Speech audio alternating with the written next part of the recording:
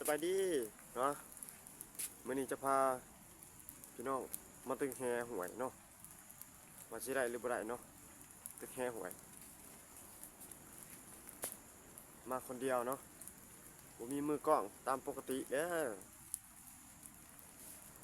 ไปลุยกันเลยพี่น้องไปลุยกันเลย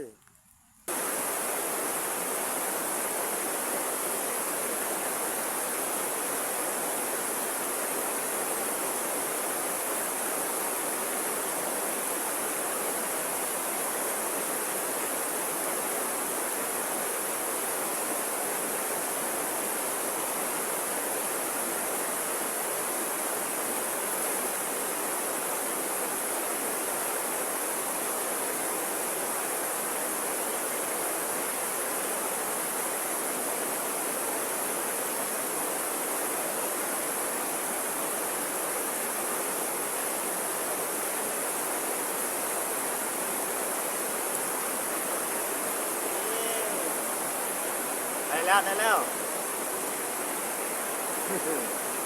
ไปแล้วประกบพี่น้องประกบ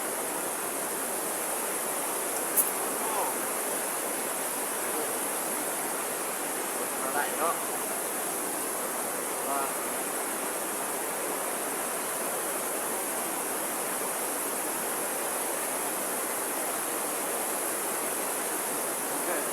ไปลองมือเนาะ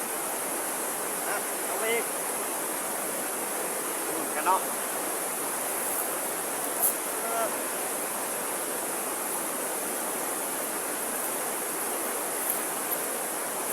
กล้องนี่เนาะต้องตั้งกล้องเองไปก่อน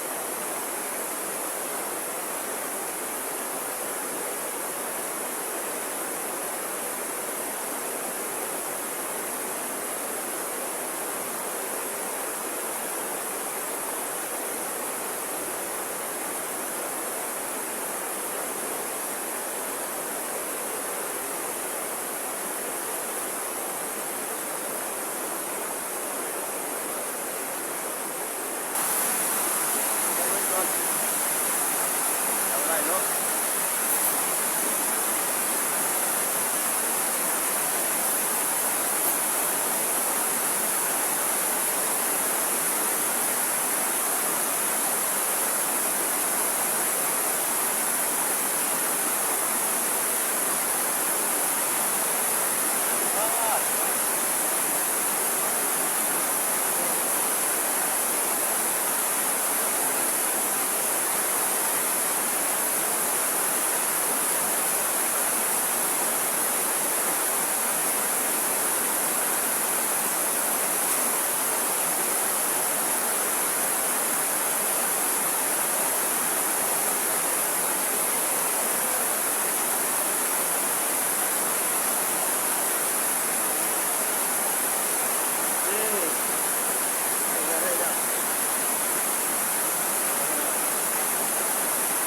โอ้ยสต๊อกที่เก่า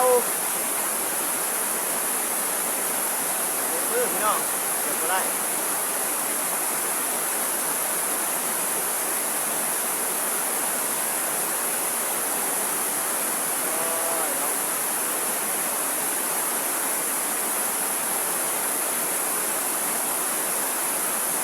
ทำลายตึกยากแน่เบาเก็บก็ได้เปล่าเบา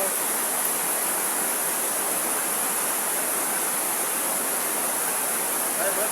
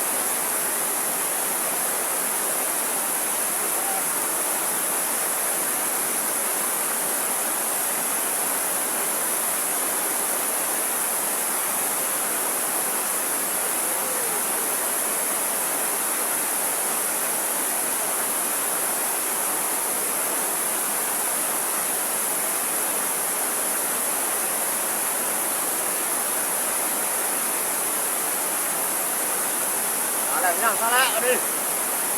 ซะแล้วได้ถึงนี่เนาะ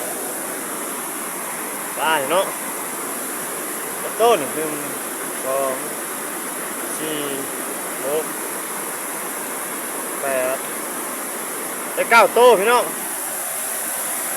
9โต้หลังจากที่ว่าหาตึงแฮเนาะตึกนั่งทาแล้วก็บ่ได้เนาะพี่น้องบัดนี้สิได้เมื่อเด้อบัดนี้เด้อวันนี้เนาะฟ้าที่ว่าหาตึกได้เนาะ